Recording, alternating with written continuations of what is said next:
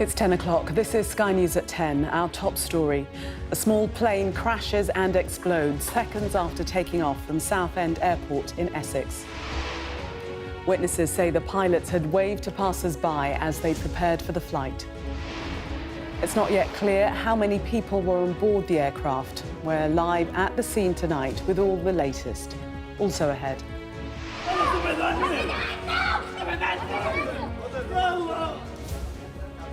6 children are amongst those reported killed in an Israeli airstrike in Gaza. The IDF says one of its missiles malfunctioned. Parents are urged to vaccinate their children after a child with measles dies in Liverpool. More government hints that the Chancellor will hike taxes in her autumn budget. Plus, Beaver Jones waits. Beaver Jones is there.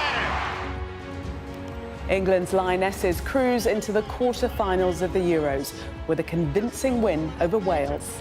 And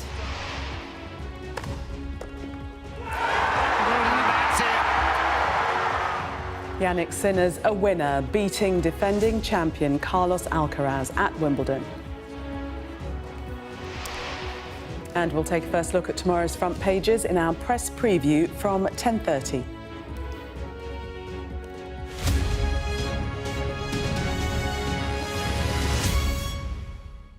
Good evening. We begin with a developing story tonight, and a large-scale emergency response is underway at Southend Airport in Essex, where a small aircraft has crashed and exploded shortly after taking off. It's not yet clear how many people were on board. Witnesses say the pilots had waved at passers-by as they prepared to take to the skies. The airport is now closed until further notice, with easyJet flights diverted to other destinations. Sky's Amelia Harper reports from Southend. A fireball with black smoke billowing metres into the sky. Behind those trees, the runway at London Southend Airport.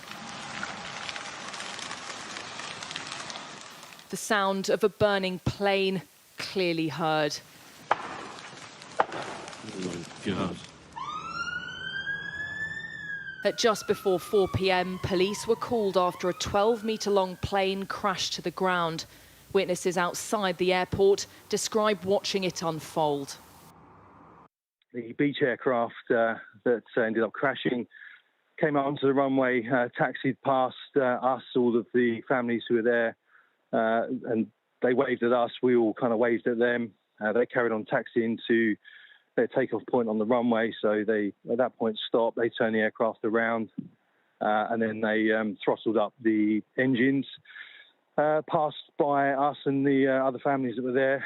The aircraft took off, and within a few seconds, it had a steep bank angle to its left. And I said to my wife that it's quite unusual to see an aircraft at that angle so soon after takeoff. And then within a few seconds of staying there, unfortunately, the aircraft almost seemed to invert and unfortunately crashed. And there was a large fireball. Obviously, all the families there are in complete shock. The airport has confirmed the plane was a general aviation aircraft. It was headed to the Netherlands before the unthinkable happened. Why it came down, we don't yet know. The crash prompted a huge emergency service response. On site, 4 ambulances and an air ambulance, 4 hazardous area response team vehicles, 4 fire engines, plus off-road vehicles. The scale of the accident closed the airport and cancelled all outgoing flights. easyJet said, "We are doing all we can to support our customers and have contacted them directly with options to rebook or receive a refund, and are arranging hotel accommodation and meals for those who require them. We advise anyone due to travel from London Southend tomorrow to check our flight tracker for the most up-to-date information on their flight." Questions will be asked about why this happened and who was on the plane. And Sky's Amelia Harper joins us live now from Southend Airport. Amelia, what's the situation tonight? Well, things here tonight are quiet despite such a serious incident. happening earlier today. That really shocking footage in my piece there showing the scale of the tragedy that has happened today. We are outside the airport at the moment, but emergency services are still inside the runway area. Air accident investigators are around. They will be trying to work out now what has happened, who has been involved and why this has happened. As you would expect, Essex police have called it a serious incident, and they now have opened a major incident portal where people can submit information about what they might have seen or if they believe they know someone who was involved in the crash.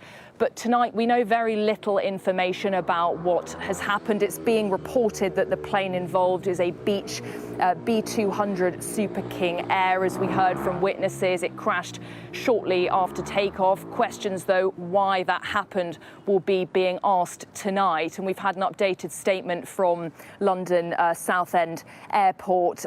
They said, due to the serious incident today, we regret to advise that the airport's closed until further notice.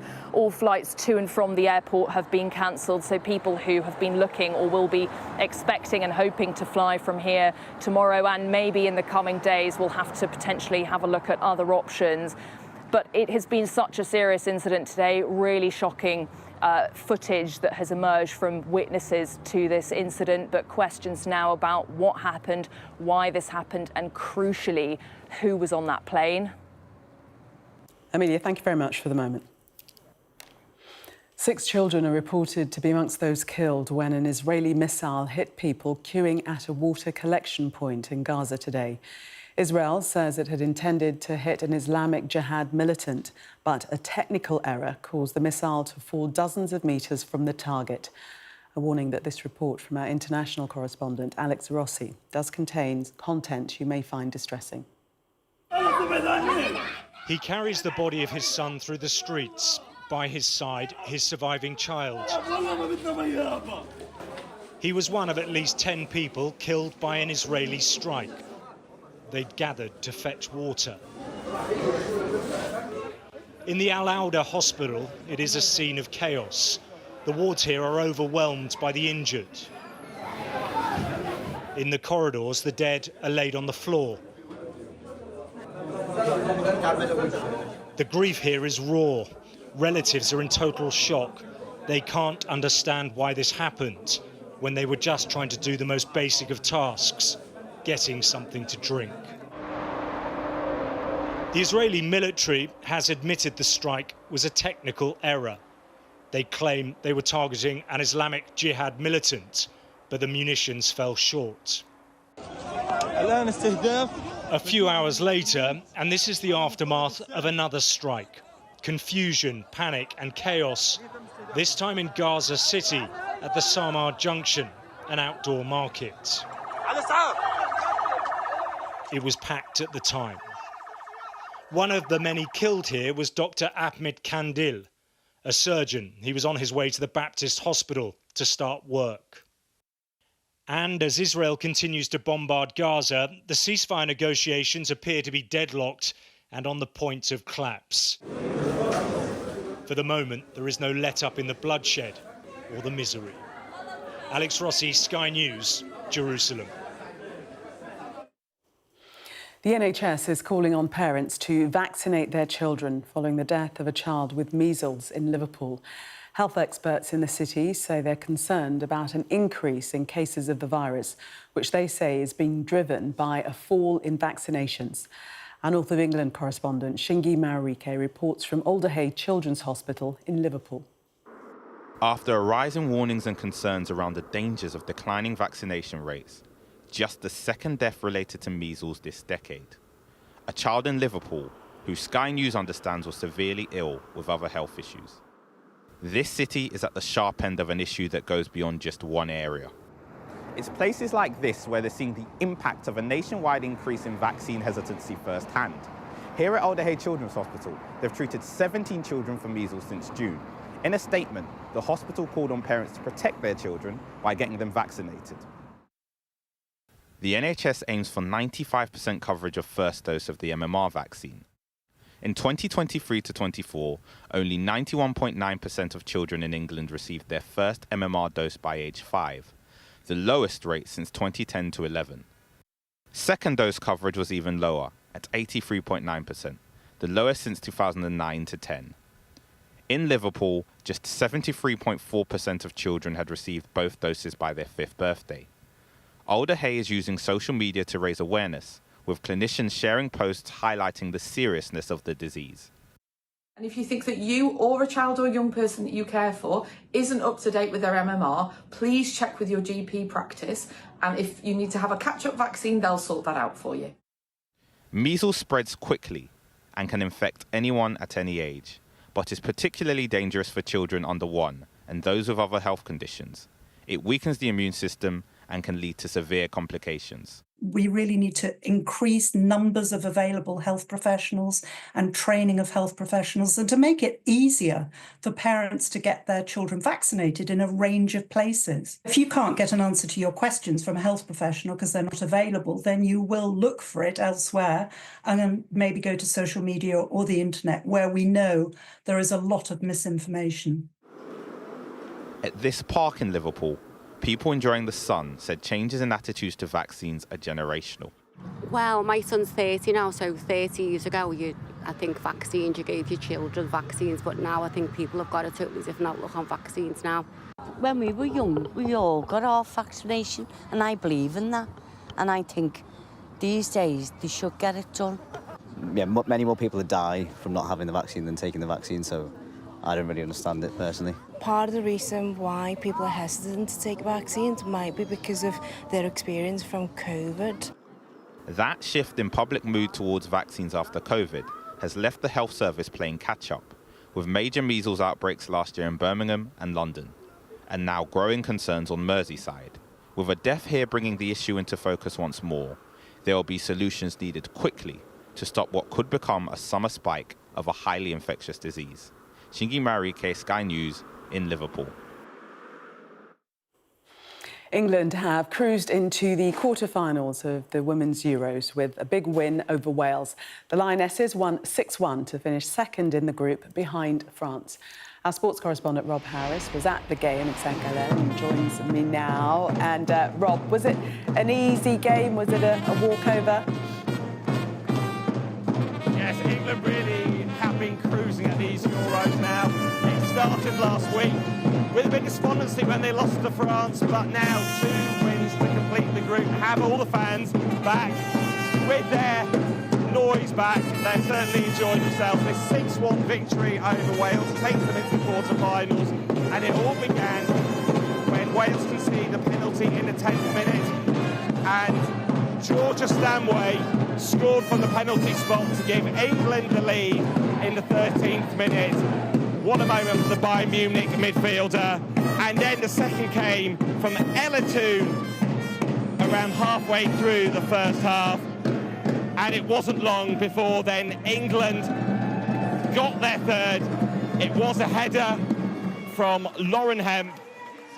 And there was still time before half-time for England to get another. Alessia Russo set up 3 goals in the 4-0 victory over the Netherlands during the week, and then she got on the score sheet herself. The second half for England then became all about resting players, making changes, and one of the subs then, Beth Mead, got the 5th. And while Wales looked down and out, they did get their consolation because Hannah Kane scoring a memorable goal for Wales, their second at their first ever Euros. But there was still time for England to get a 6. Aggie Beever-Jones completing an emphatic victory for Serena Wiegmann's side. And while they didn't top the group, a lot of fans inside the stadium were celebrating that, because as runners-up, next it's Sweden rather than Germany in the quarter-finals. But Sweden won all of their group stage games, so they are a pretty formidable opponent. But England fans feeling pretty buoyant now with their title defence, feeling firmly back on track here in Switzerland. Rob, thank you very much for that. I can see spirits are high. The government has hinted again at the prospect of tax rises in the Chancellor's budget this autumn.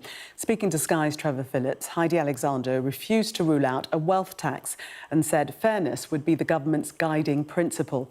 The Conservatives say it shows ministers have run out of options because they've mismanaged the economy.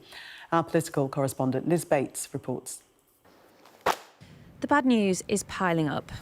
With constant demands on the government to spend more and growing opposition to cuts, talk has turned to whether the Chancellor will have to raise taxes and how she will do it.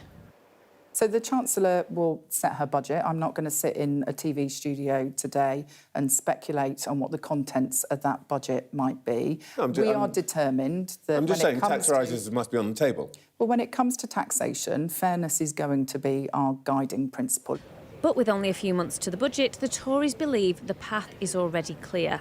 That sounds to me like a barely disguised reference to tax rises coming in the autumn, even though Rachel Reeves promised last year there would be no further tax rises. She said that very clearly to the CBI. So why are Labour now talking about tax rises? Well, it's because they're in the process of crashing the economy. This is the Chancellor's dilemma, a £20 to £30 billion black hole to balance the books at the budget, which is expected in November. But Labour has already said they won't raise income tax, national insurance, VAT or corporation tax. That's 73% of the tax intake, leaving Rachel Reeves with only 27% of taxes available to increase, which is why a new wealth tax is rumoured to be on the table. But is it a good idea? What are the pros and cons of a tax like that? What many countries have found is that in practice they are administratively difficult, they're politically contentious, and they're not very effective at raising revenue. And as a result, most countries that used to have them have got rid of them. Here in the West Midlands market town of Dudley, they're not convinced. I don't think anything would make a difference right now. The richer gets rich and the poorer gets poorer. Is it fair to tax people because they've worked hard and managed to purchase those assets? So that's the argument on that side. But again, there's a big disparity between wealth and the not so wealthy. People like me, my daughter, I don't know if she's going to be able to afford a property. And if you've got someone who's got £2 billion, how much can you spend in a lifetime? Back in Westminster, summer is here, but the government is already thinking ahead to autumn. With a difficult budget, more political battles over cuts and more pressure to spend, all on the horizon. Liz Bates, Sky News, Westminster. 2 people have been shot and killed at a church in Lexington in the US state of Kentucky. The suspect, who was shot dead, had earlier opened fire near an airport. Several people are wounded, including a police officer. The Health Secretary is to meet the British Medical Association this week, hoping to head off strike action by resident doctors, formerly known as junior doctors. Wes Streeting has called the industrial action unnecessary and unreasonable. Doctors in England are due to walk out for 5 days on the 25th of July as part of a dispute about pay. The Home Office says 317 people arrived in the UK on small boats across the Channel yesterday. More than 1,200 people have made the journey in just the past 3 days. The Prime Minister has described illegal migration as a global problem after announcing a one-in, one-out return deal with France on Thursday. The head of the Metropolitan Police has told Sky News his force is smaller than it ought to be because of budget pressures. Sir Mark Rowley has had to cut nearly 1 in 10 staff over the past 3 years, but insists the most dangerous criminals are still being targeted. He was speaking to Trevor Phillips, who joined one of Sir Mark's firearms teams on a dawn raid. Early morning, West London. 20 police officers set out in pursuit of a tip-off. Somewhere around here, they're told, there's a man with a gun and a stash of drugs. The job of this specialist squad is to get both before they hit the streets. They've been planning this raid for days. Wait, someone's police. The team doesn't know who or what exactly they're going to find here. There could be more than the 2 suspects they know about. There could be more firearms. There could be dogs. You're going in? You sure? So they've come ready for anything. Police officer! Come to the door! Show your hands! The suspect's there, but so too is a young woman, not yet out of her teens. But so far they haven't found the things they most need to see, the drugs, and if there are any, weapons. Yeah. Fine. Finally, a gun, not locked away, but in a rucksack. The fact it's in a rucksack means, it looks like it's probably ready to go and take it out into the public domain. I'd suggest that it's readily accessible and he's intending on taking it out of him, because this is a rucksack you take on your day-to-day business. So that's the problem. He's probably not just keeping it in your dress, he's taking it actually out with him while he's walking the streets of London, unfortunately. The suspect's on his way to the police station. If he's charged and convicted, he'll be put away for at least 5 years, probably more for possession of the drugs and the gun.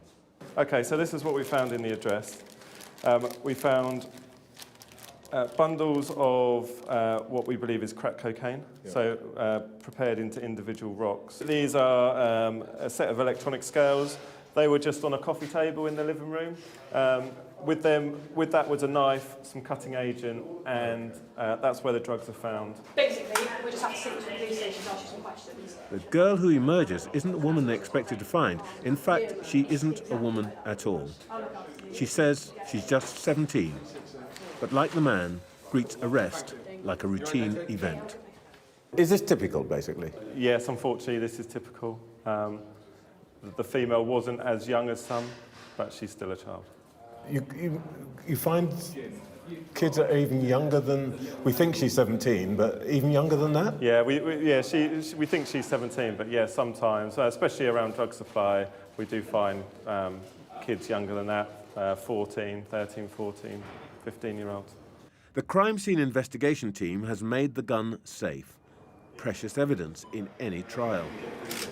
Over to the prosecutors now. The Met Police has 4 squads like this hunting firearms. Nearly 300 arrests are made each year.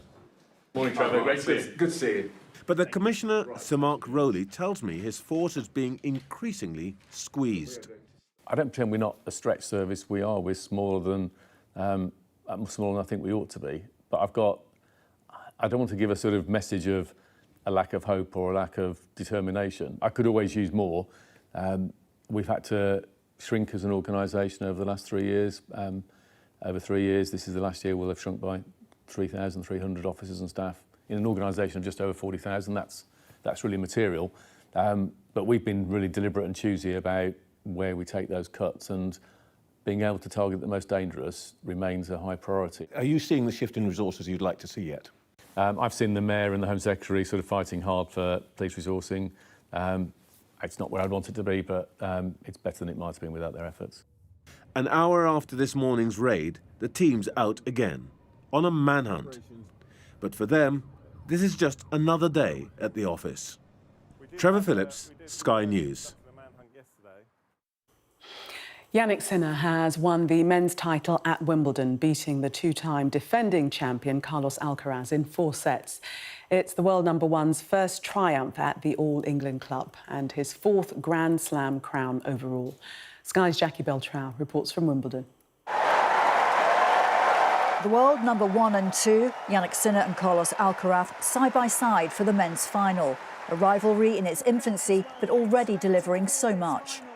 It was the final everyone wanted to see, including the Prince and Princess of Wales, with 2 of their children, Charlotte and George. The stage set for a repeat of their epic French Open showdown a month ago. The match burst into life in the 5th game as they started to push each other in the rallies. Sinner, in his first Wimbledon final, was on the attack and got an impressive break of serve. But Alcaraz, unbeaten here in 20 matches and looking for a hat-trick of titles, accepted the challenge with some unplayable points to get it back on level terms. And centre court in disbelief as the champion took the opening set with a piece of brilliance. Sinner bounced straight back with a defiant start to the 2nd set. His incredible athleticism key to levelling the match in style in an hour and a half. The Italian had to show some impressive reflexes in the 3rd set with an uncharacteristic tweener mid-rally and nothing separating the two. Until Sinner pounced to break Alcaraz again, the world's top player in his 4th straight Grand Slam final, 2 sets to 1 up. The 23-year-old continued to pile on the pressure, grabbing the early advantage in the 4th set. Sinner wasn't to be denied again by Alcaraz's fighting abilities. A champion's performance in 4 sets. Yannick Sinner is the first Italian to win Wimbledon, and this is his 4th Grand Slam title, the perfect way to bounce back from his devastating loss in Paris. But this rivalry with Carlos Alcaraz could be one for the ages. I felt like he was doing a couple of things better than I did, so that's something where we will work on and prepare ourselves, you know, because he's gonna come for us again, and there's not only Carlos but everyone. You know, we have a big target. How many more great finals will we see between these two? Jackie Beltrao, Sky News, Wimbledon. Time now to get the rest of the day's sport with Nick. Staying connected is vital for business. Sky Business sponsors this report.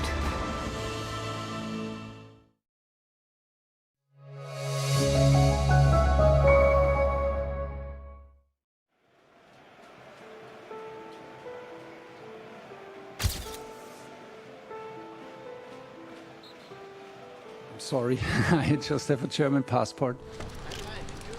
Hopefully I can convince them and show them and prove them that I'm proud to be the English manager.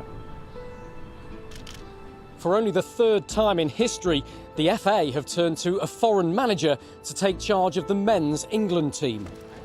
Thomas Tuchel follows in the footsteps of Sven-Göran Eriksson. If we don't do results, of course, they will try to hang me, but even if I was an Englishman, they hang me. So that's... And Fabio Capello. A winner with a capital W. That was the template. This is the man. When the news about Tuchel broke, there was a mixed media reaction. Some in Tuchel see a Champions League winning manager and the best candidate available if you want to win a World Cup. That's certainly how the FA bosses view it. But for others, there's a more fundamental principle here. They believe that an Englishman should be in charge of England. Well, I was hoping we'd get an English manager, but when you look at the choices, there are very few, aren't they? The jobs are so prestigious and there's so much money in the job that people are tempted to spread the net wide. There's nothing in the water that stops it. It's all about opportunity. I think it's probably a little bit simplistic just to put it down to national borders. On whichever side of the debate you fall, there is one fact which is indisputable. The pool of English coaches at the elite level of the game is pretty shallow. And the key question is, why? What we are deemed as English coaches, we're responsible for. Do you feel like to get a job in the Premier League as an Englishman, you have to be promoted to the division? I would say 99 times out of 100. You can't just give people jobs. I want to try and help in any way that I can produce more English managers.